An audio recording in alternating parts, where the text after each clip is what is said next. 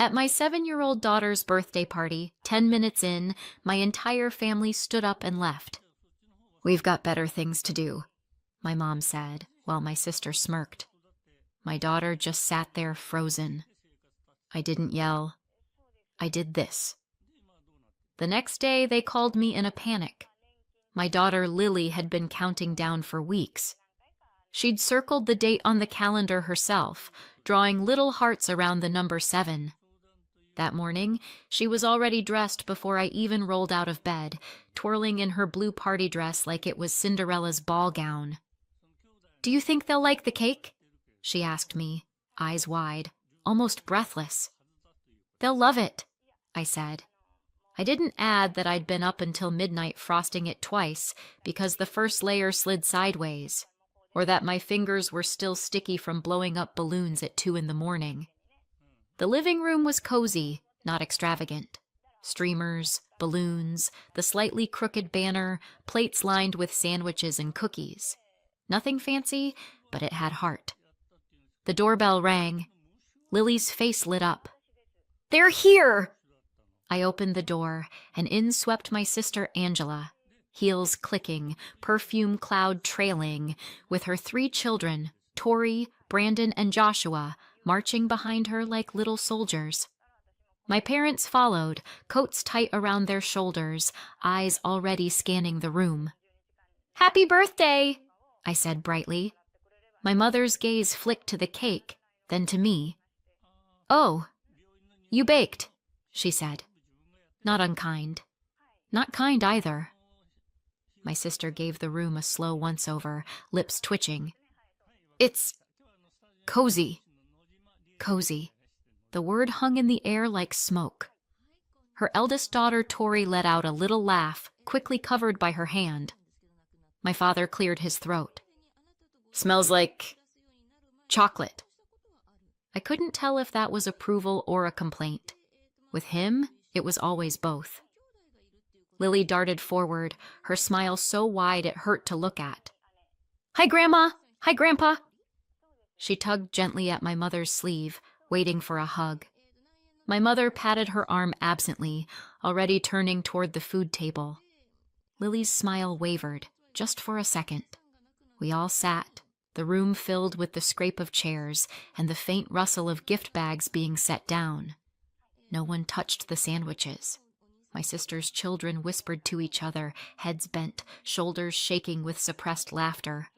Every so often, one would glance at the decorations and smirk. I pretended not to notice. I poured juice. "Help yourselves," I said.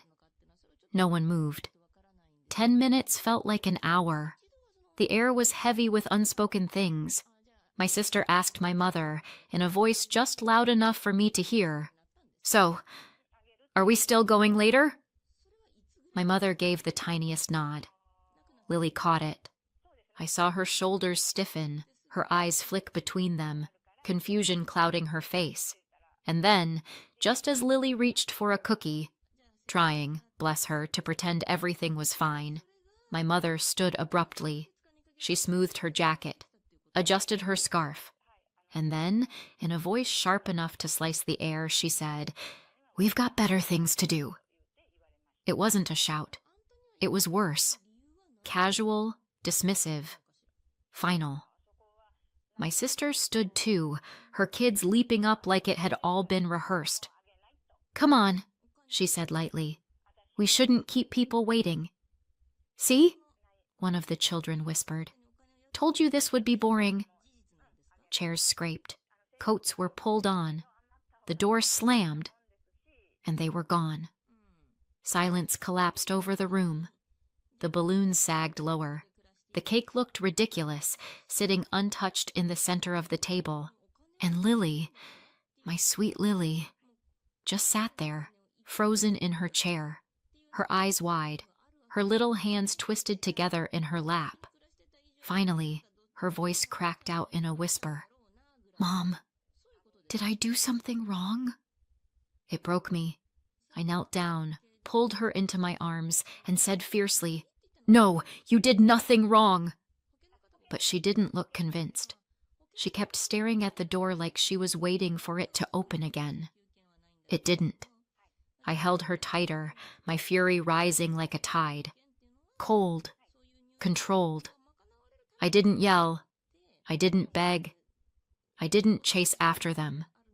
I did something else, and the very next day, they regretted everything. If you think the walkout was sudden, you'd be wrong. It didn't come out of nowhere. It was decades in the making. I grew up 2 years behind my sister Angela, which, in child years, may as well be a century.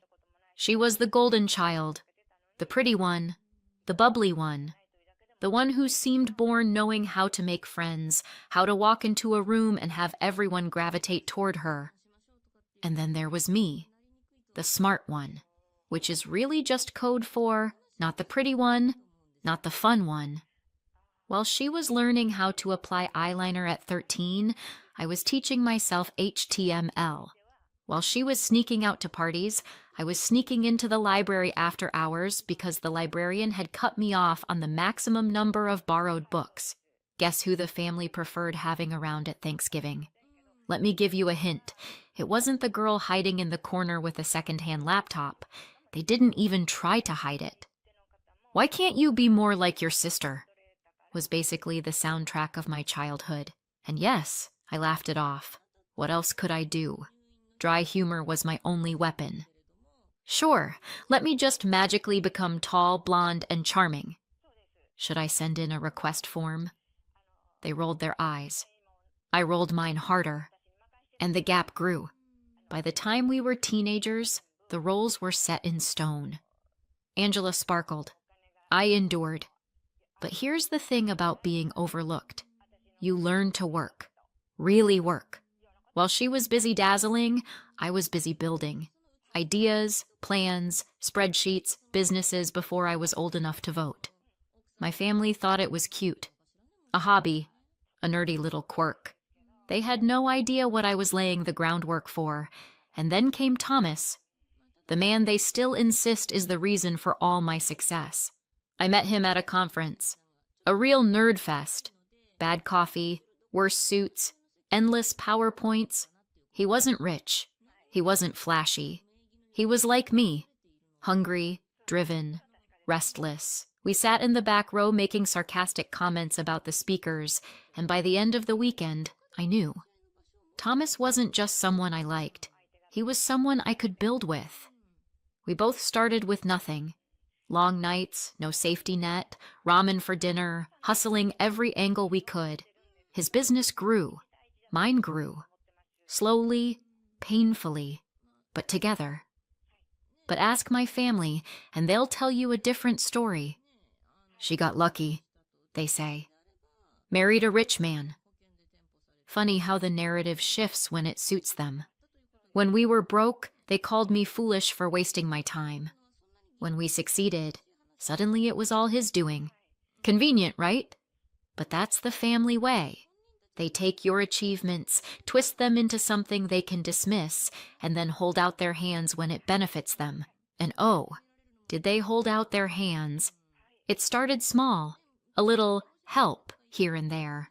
A bill. A gift. A weekend away. Then it snowballed. Suddenly, I wasn't just the nerdy younger sister. I was the bank. Angela's kids' birthdays? I paid for the venues, the entertainers, the mountains of gifts. Family vacations? Villas rented in my name, with the quiet assumption that of course I'd cover it. You can afford it. Restaurant dinners? Somehow the check always ended up sliding toward me. And let's not forget the mortgage top-ups for my parents, which somehow became a regular monthly transfer. Always framed as normal, fair. Everyone's contributing, they said. Except everyone was me. Did I complain? Not at first.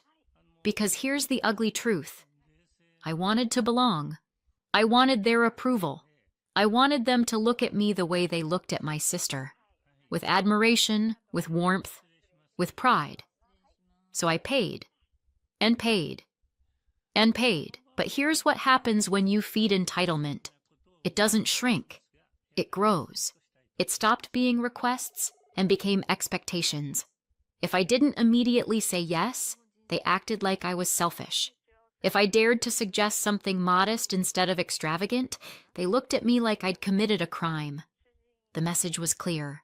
My worth to them wasn't in who I was. It was in what I could give. And for years, I accepted it. I told myself it was fine, that this was just what family does. Until Lily. Because then I saw it starting again. The little digs, the little comparisons, the subtle suggestions that she wasn't enough unless there was a performance, a show, a spectacle. And that's when I snapped. Not loudly, not dramatically, quietly. When Lily asked me this year if she could have a small family-only birthday, I said yes. No entertainers, no catered buffet, no circus. Just us. But in the back of my mind, I knew. This was a test, not just for them, for me. Would they still show up if there was nothing in it for them? Would they still love us without the glitter, without the grand gestures, without the money? I had my answer 10 minutes in, and I promise you it was the last time they would ever use me that way. That night, Lily couldn't sleep. She lay in bed stiff as a statue, staring at the ceiling. Every few minutes, she whispered the same question. Mom, did I do something wrong? It cut like a knife. I sat down beside her, stroking her hair. No, sweetheart. You didn't do anything wrong. Then why did Grandma and Auntie leave? I should have lied. I should have said they were tired or they had another appointment. But I was done lying for them. They left because they didn't get what they wanted. I said flatly. They only show up when they can take. That's not love. That's not family. And it's better we saw their real faces now. Her lip trembled. But they're family. I pulled her into my arms. Supposed to be. But if family walks out on you, then they're just people. And we don't need people like that. She nodded, but I could feel her body shaking. It was the kind of nod kids do when they don't really believe you yet. When she finally drifted off, I sat alone in the living room staring at the streamers. The cake sat untouched like an accusation. And that's when it hit me. For years, I had been paying for the privilege of belonging. Mortgage money for Mom and Dad. Vacations Angela picked but I paid for. Over-the-top birthdays for her kids with magicians, clowns, petting zoos, all signed off by my bank account. And what did I get in return? A walkout. Not anymore. That night, I opened my laptop. My fingers shook for half a second. Habit, guilt. Call it what you want. Then I started cutting. Click. Cancel monthly mortgage transfer. Click. Withdraw from the Villa Family Trip Fund. Click. Delete Angela's little reminder about Tori's party entertainer. Newsflash. Tori can learn to juggle herself. For years I paid to belong, I muttered. Tonight, I stopped paying. And I stopped belonging. And I swear, the room felt lighter. By morning, the storm hit. Mom texted first. Nancy, don't be dramatic. We'll talk later. Then Dad. The mortgage is due. Just do the transfer, Angela, of course, went straight for guilt. Tori's party is next week. You always pay for the entertainer. Don't let her down. I ignored them. By day 2, the tone shifted. Mom, you're selfish. After everything we've done for you, Angela. Unbelievable. You think you're too good for us now? Day 3, it turned desperate. Dad, if we miss this payment, the bank will be on us. Don't ruin everything over a tantrum. Angela, Brandon's been looking forward to this trip for months. You can't ruin it for him, I finally replied with one message. You walked out on Lily. Don't call me again. Then I blocked them. Silence. The kind of silence that isn't empty, It's heavy, full of panic they don't dare put into words. Instead of funding their circus, I created something else. 2 weeks later, I threw Lily another birthday party. But this one wasn't about balloons or cake. It was about showing her she was wanted. Her friends filled the house. Kids who actually wanted to be there, not ones dragged in for show. The laughter was loud enough to rattle the windows. We played ridiculous games, Thomas set up a scavenger hunt, and when Lily won, she threw her arms in the air like she'd conquered the world.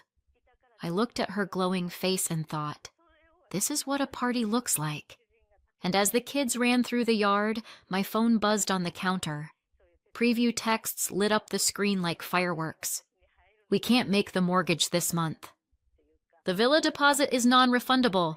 What are we supposed to do? You're destroying this family. I almost laughed. Almost. They thought humiliating me would break me. They thought I'd crawl back, wallet in hand, desperate to prove myself again. Instead, I was here, watching my daughter laugh so hard she nearly fell over, while they were scrambling to hold together the house of cards I used to fund. You'd think being cut off would have humbled them. Spoiler, it didn't. Within a week, the harassment started. First came the letters. Mom's handwriting on floral stationery like a Hallmark card dipped in poison. Nancy, you're tearing this family apart. Don't punish us for one mistake. We raised you. You owe us classic mom.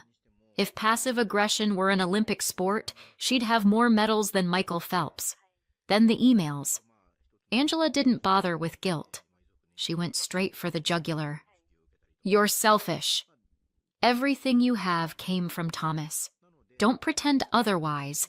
You'd be nothing without him. Ah yes, the your husband made you narrative. Never mind the business I built, the nights I spent eating ramen while coding until 3 a.m. According to Angela, I was just Thomas's +1 with a credit card. When guilt and insults failed, they changed tactics. They went public. Suddenly, my phone pinged with Facebook messages from cousins I hadn't spoken to in years. Your mom says you've abandoned them? After everything they did for you? Of course. The family gossip machine. If lies could be currency, they'd be billionaires. But gossip cuts both ways, because soon enough, the truth leaked out. That they had walked out of Lily's birthday like spoiled brats. That they'd left a 7-year-old in tears because the party wasn't good enough for them. And sympathy started shifting. I didn't even have to spread the story myself. Relatives carried it like wildfire. Aunt Ruth, the eternal peacemaker, called me in a fury. Nancy, is it true? Did your mother really walk out of Lily's party? Yes, I said, deadpan. Silence. Then a hiss. Unbelievable. Poor Lily. What kind of grandmother does that? Exactly. The narrative started turning. Suddenly, I wasn't the ungrateful daughter. I was the mother protecting her child. And them? They were the villains who humiliated a little girl. But my family never recognized when the tide was turning. They kept flailing, making it worse. I heard through the grapevine that Mom and Angela had a screaming match in the middle of a restaurant. Mom blamed Angela for pushing me too far. Angela snapped back that Mom and Dad were weak for relying on me. Apparently, Angela even threw a wine glass. Classy, right?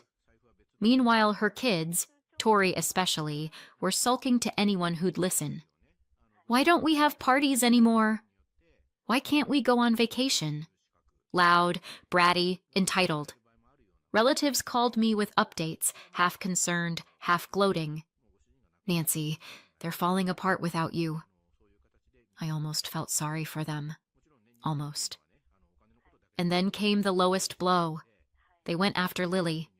One afternoon, she came home from school pale as a ghost, clutching an envelope. Mom, she whispered. Grandma gave me this. I snatched it from her trembling hands. Inside was a card with glittery balloons on the front. The message, in Mom's looping script, made my stomach turn.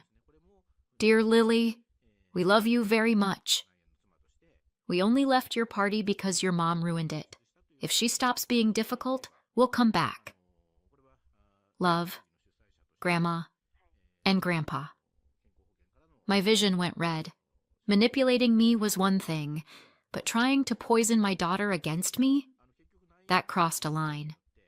Lily's eyes brimmed with tears. Is it true? Did you ruin it? I knelt, gripping her shoulders.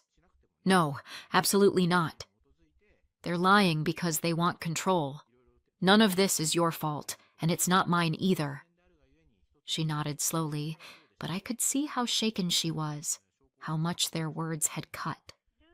That night, I called my lawyer. By the end of the week, I had a no-contact order in place. They were legally barred from reaching out to Lily again. I didn't just slam the door. I bolted it, welded it shut, and threw away the key. Of course, they didn't take it well.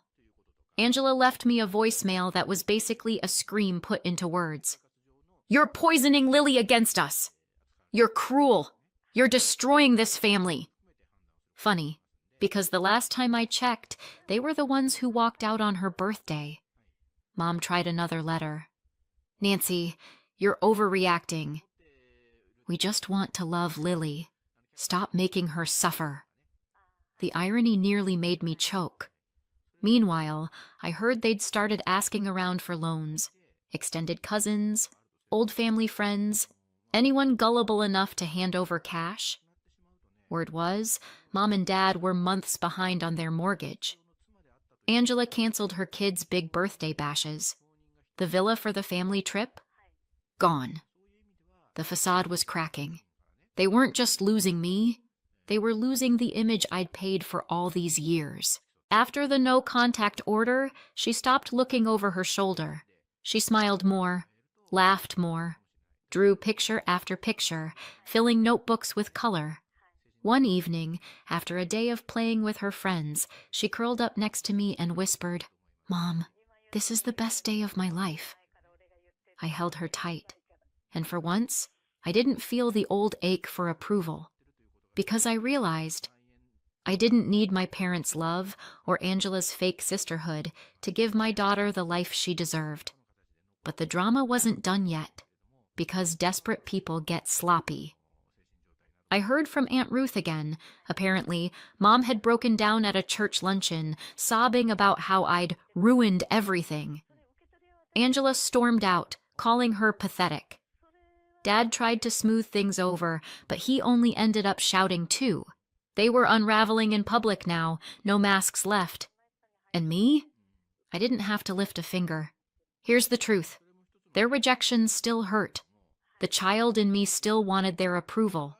Dry humor only hides so much.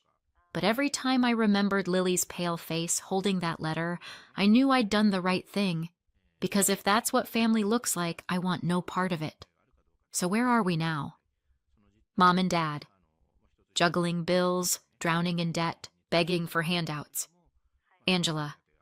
Humiliated, her kids angry, her friends whispering she's a fraud. The perfect image they spent decades polishing? Shattered. And me?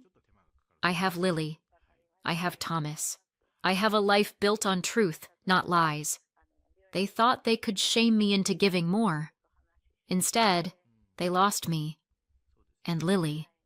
They thought I couldn't live without them. But it turns out it was them who couldn't survive without me. Fast forward 1 year. My parents don't live in their house anymore. They lost it. Now they're crammed into a tiny apartment, the kind of place they used to laugh at when we drove past. And they're still fighting, louder than ever. Angela's life? A mess. No more lavish birthday parties, no more vacations. Her kids hate it. Tori threw a tantrum because her party this year was just pizza and a cake from the grocery store.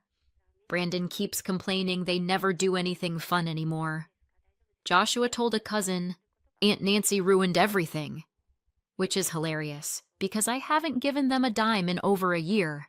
And the gossip? Oh, it's brutal. I hear from relatives all the time. Angela screaming at Mom in public, Mom blaming Dad, Dad walking out. The perfect little family they loved to show off? Gone. Meanwhile, Lily's thriving. She's not the same shy girl she was at that first party. She's louder, happier, and not afraid of anyone walking out on her anymore. She still talks about her second birthday, calls it the best day ever. And she knows now, without a doubt, who really loves her. As for me and Thomas, we opened that second office in Canada. Business is solid, life is quieter.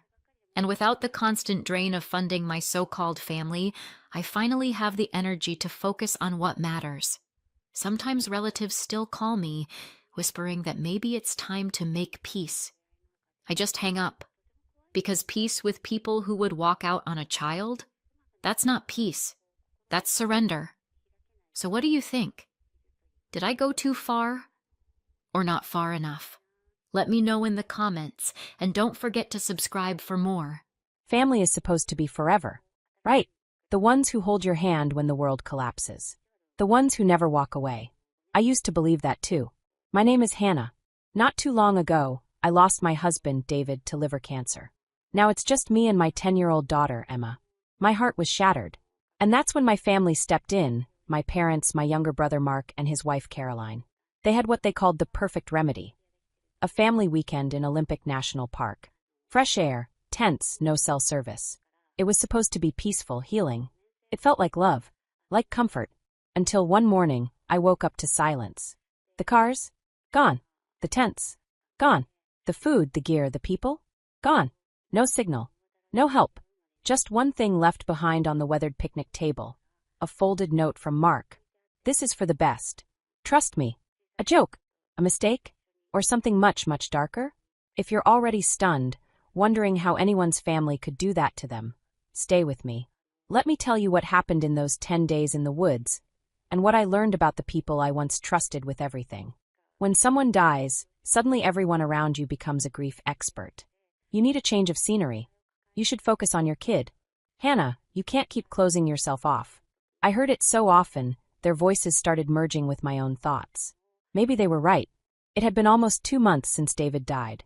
We'd built Hearth and Brew together from scratch.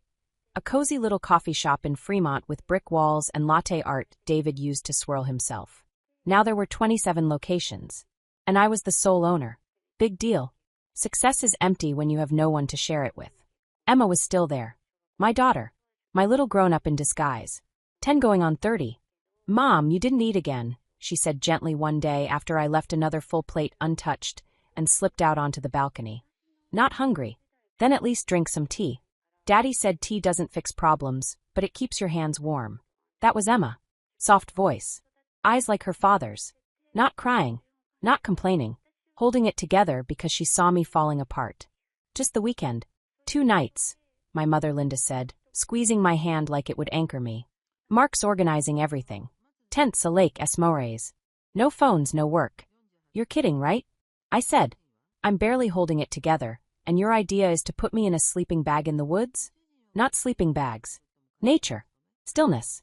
Time together. My dad, Robert, stood by the window nodding like she was pitching a company merger.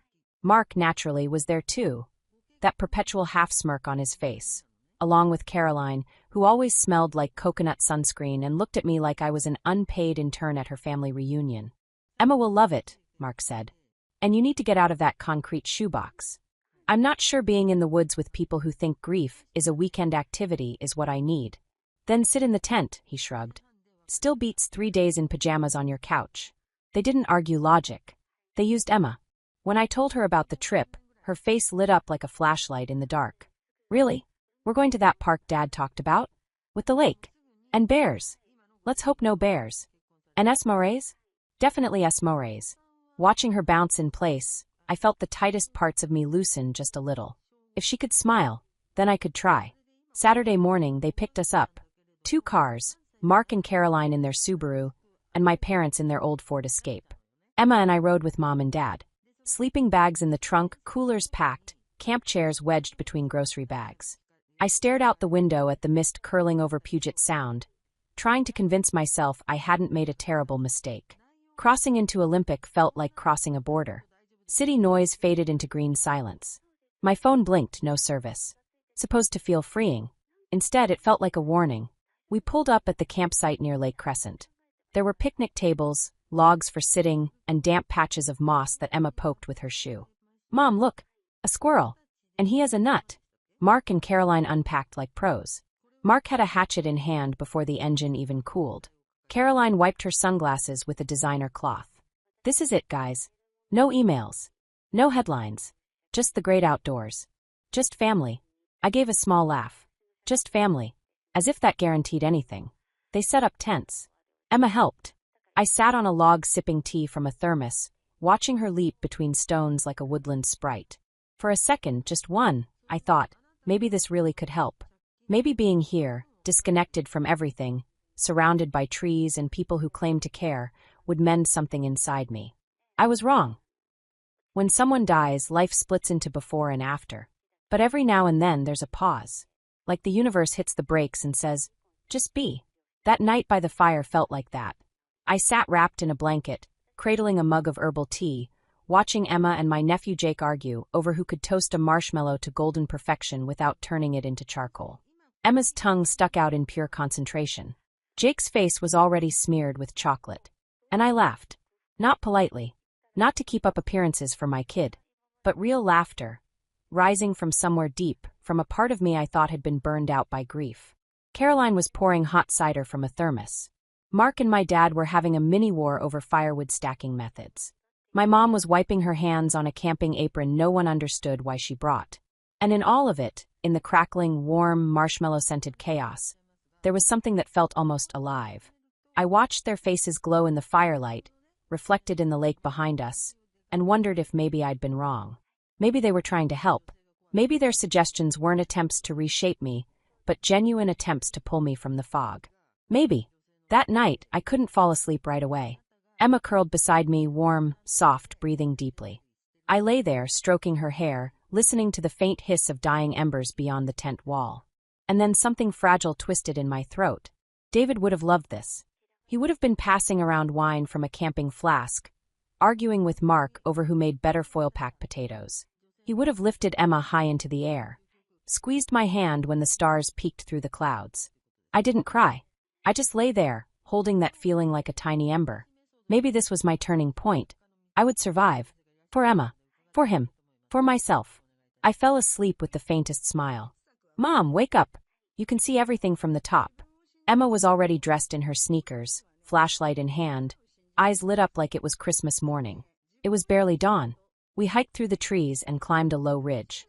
From there, the view opened up over Lake Crescent. Still, smooth as glass, framed by golden evergreens and a mist curling low like steamed milk in espresso. "Pretty?" I asked. Emma nodded, then quietly said, "Too bad Daddy didn't see it." "I think he does." "Really?" "Yeah. He wouldn't miss this for anything." We hugged. For a moment, I felt something solid inside me again. Not ash, but a coal waiting to burn. We got back to camp around 8 a.m. That's when I knew something was wrong. Not immediately. First, it was just silence. No voices. No sizzling camp stove. No rustle of sleeping bags, or my dad grumbling about the morning chill. Just silence. I looked around. The tents were gone. Both of them. Gone. The spot where they stood, empty. No stove. No coolers. No gear. No Subaru. No Ford Escape. Just our tent. And one folding table with a single mug left on it, like someone had just stepped away. "Mom." Emma's voice was small. "Where is everyone?" My brain buzzed. Ears ringing. Limbs going heavy. Maybe they went somewhere. Got supplies. I said it aloud, more to myself than her. But even as the words left my mouth, they sounded hollow. They wouldn't have left us. Not like this. Not without food. Not without a word. Maybe a note? Emma whispered. "Maybe they left something?" She pointed to the table. Beneath a rock, a folded piece of paper. Plain. No envelope. Just a torn page from a notepad. I opened it. Mark's handwriting. "This is for the best. Trust me." It didn't register at first. The words were simple. Almost gentle. But behind them was a void. I folded the note slowly. Emma's eyes were wide. "Mom." I choked. Swallowed. "They left. But why?" And then it hit me. This wasn't a mistake. Not an accident. This was a betrayal. Cold. Deliberate. Calculated. "We'll be okay, sweetheart." I whispered, pulling her into my arms. I held her like my grip could shield her from the world. Inside me, something turned. Something cold, sharp, unfamiliar. They left us. In the woods. No phone. No food. With a child. I looked to where the cars had been. Flattened grass. Tire tracks. Like they'd never been there at all. And just like that, our 10 days in the forest began. I didn't know how long we stood there, me and Emma, in the silence, staring at the hollow campsite where laughter and marshmallows had filled the air just hours earlier. Now, nothing. The cars. The tents. The food. Even the first aid kit. Gone. All that remained was our tiny tent, one lonely camp table, and that godforsaken note. This is for the best. Trust me. Emma clutched my sleeve. She wasn't crying, but her face had gone pale. Eyes wide, lips trembling. Mom, are they really not coming back? I nodded. Slowly. Like if I moved too fast, I'd fall apart completely. We checked what we had. My backpack held 2 water bottles, 3 protein bars, some napkins, a lighter, and an old compass. That was it. Just enough to delay death. Not enough to stop it. We'll make it, I said. It sounded stupid even to me. But it was the only truth I had. Day 1. I made a decision. Follow the stream. It might lead to a lake, a trail, a road, someone. Something. We packed the tent. Emma wore her small backpack. I carried the rest. We hiked maybe 3 miles. Set up camp by the water. I built a tiny fire, gave Emma half a protein bar and some water. Mom, aren't you eating? I already did, I lied. She didn't argue. Just nodded. That lie was my offering, my shield. Day 2. Emma washed her face in the stream. I gathered dry branches. No food left. Just movement. Just forward. My muscles screamed. But stopping wasn't an option. Day 3. Hunger stopped being a feeling. It became a presence, a constant growl in our bones. Emma slowed down. Dark shadows bloomed under her eyes. We stopped early. I went scavenging. Thank God for Grandma's old lessons on foraging in Washington. I found huckleberries, then salal berries, then thimbleberries. Emma, look, I said, holding out a handful. She smiled. The first one in 2 days. We ate 1 berry at a time. Like royalty. Day 4. More luck. Some hazelnuts. A patch of wild onions. Emma ate slowly, watching me. I triple-checked every plant. Poison was a luxury we couldn't afford. We kept walking. We didn't talk much anymore. Day 5. We found a shack. A rundown ranger station, half-collapsed, spiderwebbed and rotten. But it had a roof. Inside, a rusted can held salt. Actual salt. That night, Emma shivered. I touched her forehead. Burning. Mom, I'm cold. I didn't sleep. I gave her water. Laid wet cloths across her brow. Dug around outside for white willow bark. Brewed a makeshift aspirin tea. Prayed I wouldn't poison her. Day 6. Fever held on. I made tea from dandelion greens. Bitter, useless maybe, but it gave me something to do. I prayed. I don't pray. But I did.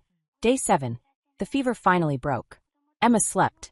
I foraged more berries. Brought them back in my shirt hem. She ate. Slept again. I cried. Quietly. Day 8. A storm hit. The rain was a solid wall. Thunder cracked like gunfire. The wind howled. I thought the roof would tear away. We huddled under 2 sleeping bags. I told Emma every story I could remember. Fairy tales. Silly memories. Commercial jingles. Anything to keep her from the sound. Somewhere in the thunder, I thought I heard David's voice. You've got this, Hannah. You know what to do. Day 9. I saw smoke. A thin line above the trees. Someone might be out there. But Emma could barely walk. Do you trust me? I asked. Always. I strapped her into my hiking pack. Tight. Secure. And I walked. Branches slashed my face. My knees buckled. But I walked. I kept chanting inside. We'll make it. We'll survive. They'll pay. Day 10. We reached another ranger hut, barely standing but real. Inside, old gear, a broken radio, and newspapers. Then I heard it. The helicopter. I ran outside. I remembered a survival tip, smoke signal, or lay out an H. H means help. I built it fast from branches. Covered it in newspaper scraps. Lit it. Smoke rose. I waved my jacket, screaming. The chopper flew past. Then circled back. It hovered. Someone waved down. Mom, they see us. Tears ran hot down my face. We made it. But the nightmare wasn't over. It was just beginning. The hospital in Port Angeles felt like a dream I hadn't signed up for. Clean sheets. Antiseptic in the air. The soft click of a drip. Too quiet, after nights filled with howling wind and Emma's fevered breathing. I sat by her bed, watching her sleep under a blanket too white, too sterile. She was safe. We both were. But I couldn't shake the feeling that the real storm hadn't even started yet. On the third day, a man in a suit walked in. Black blazer, polished shoes, badge clipped to his lapel. "Mrs. Harper?" I stood up too quickly. "Yes." He extended his hand. "Special Agent James Danvers. FBI. We're investigating your disappearance and potential insurance fraud." "Insurance fraud?" He sat, opened a tablet, and turned the screen to face me. There it was. The note. "This is for the best. Trust me." A photo of it. The one my brother left behind. This image was submitted by Mark Harrison, your brother, as part of a petition to the King County Court. He claims you wrote it, that you walked into the forest voluntarily due to depression. He filed for a presumptive death ruling for both you and your daughter. My lungs locked. He what? I croaked. He also initiated a claim on your life insurance policy, $1.5 million payout, and attempted to restructure the ownership of your company, Red Pine Coffee, using a forged will. I straightened. My voice hardened. My will was signed 3 years ago. Everything goes to Emma. I never signed a new one. Danvers nodded. We've already flagged the document. The signature doesn't match. The notary involved is under investigation for prior misconduct. He's cooperating now. I shook my head numb. They planned this. Picked a place with no cell service. Left just enough supplies. Filed legal paperwork while we were missing. Danvers said nothing. Just studied me. They submitted my therapist's notes, old social media posts, texts, trying to paint me as unstable? Yes, he confirmed. The court issued a temporary ruling. Presumed dead. Giving your family control of your estate for 30 days. You returned on day 10. My hands were ice. They calculated it. Danvers leaned forward. We need your statements. Access to any messages, documents, anything you can share.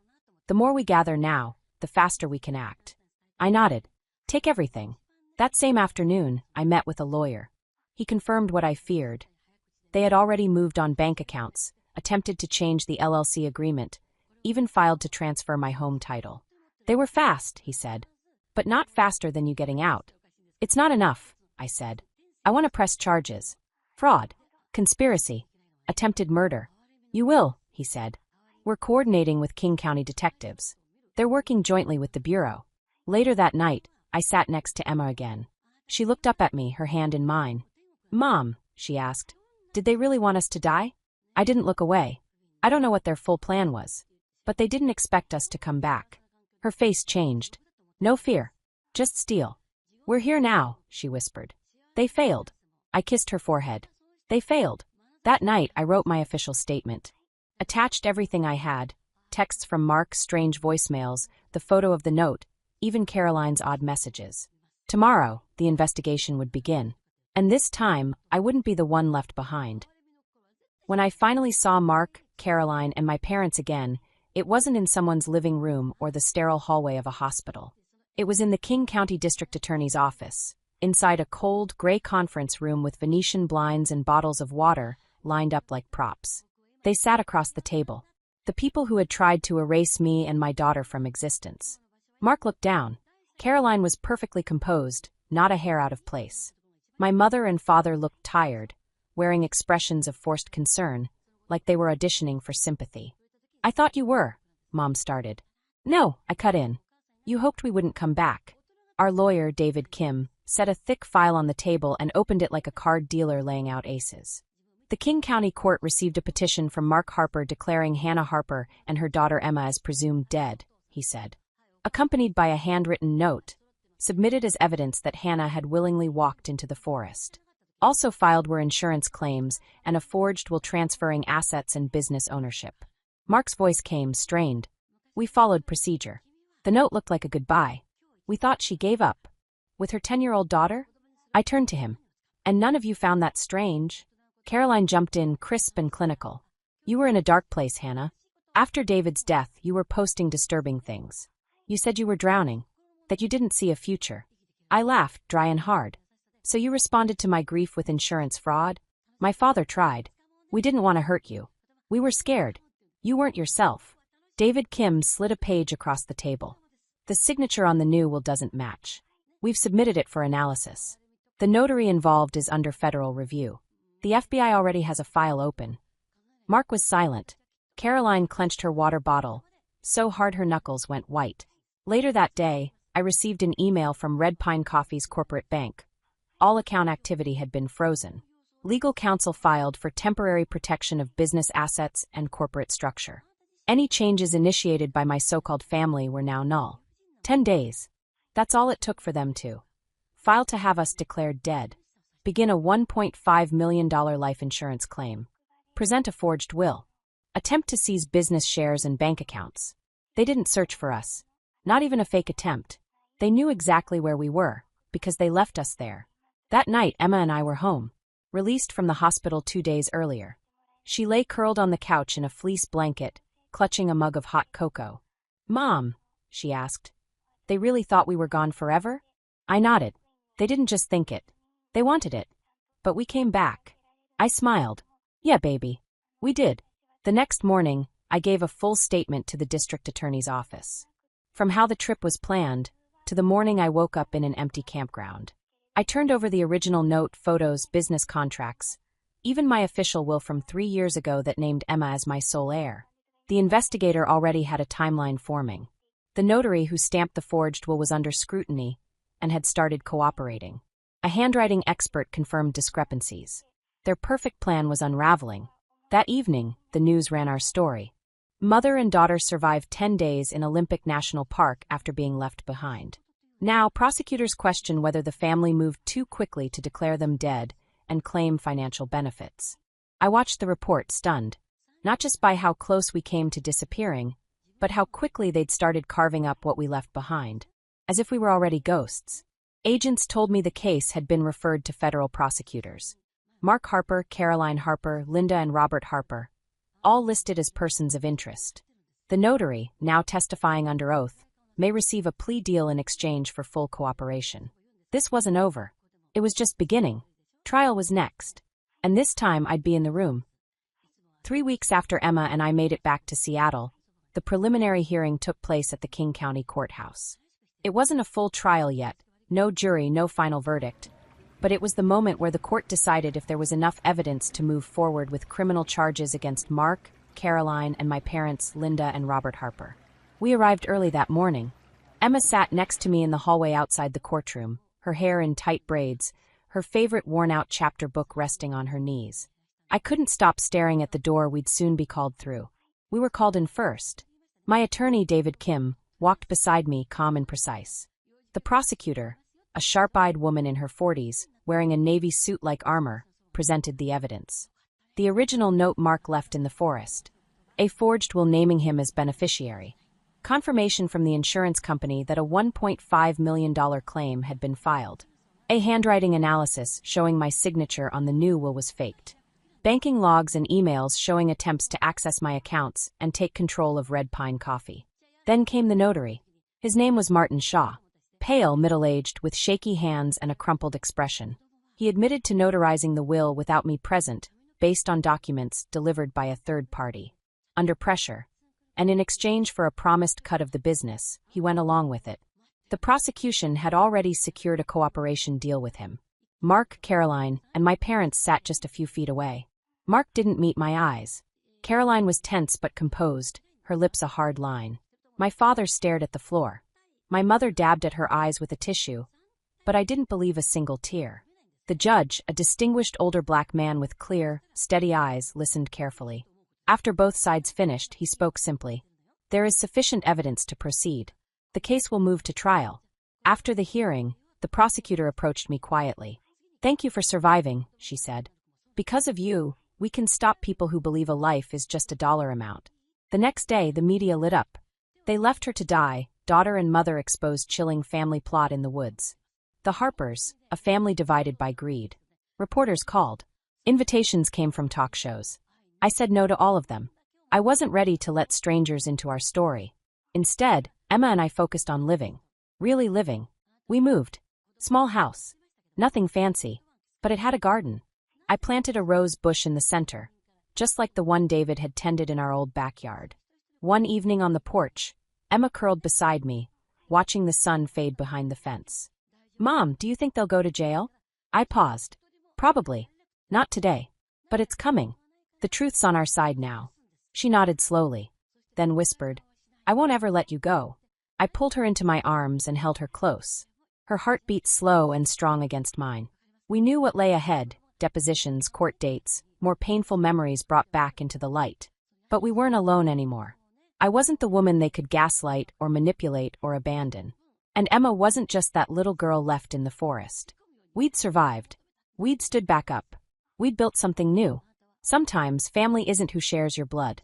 It's who chooses you. And who you choose in return. I chose her. She chose me. And in that choice, we found our power. I looked up at the darkening sky and whispered, We're home. We're safe. We're together. 8 months after the preliminary hearing, the trial finally began. It stretched over weeks. Witnesses testified. Experts analyzed signatures. Emails and text messages were read aloud. Emma's name came up more than once, but she never had to speak in court. I made sure of that. After 4 days of deliberation, the jury returned its verdict.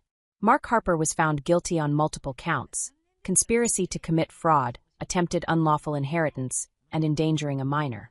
Sentence: 15 years with the possibility of parole after 10.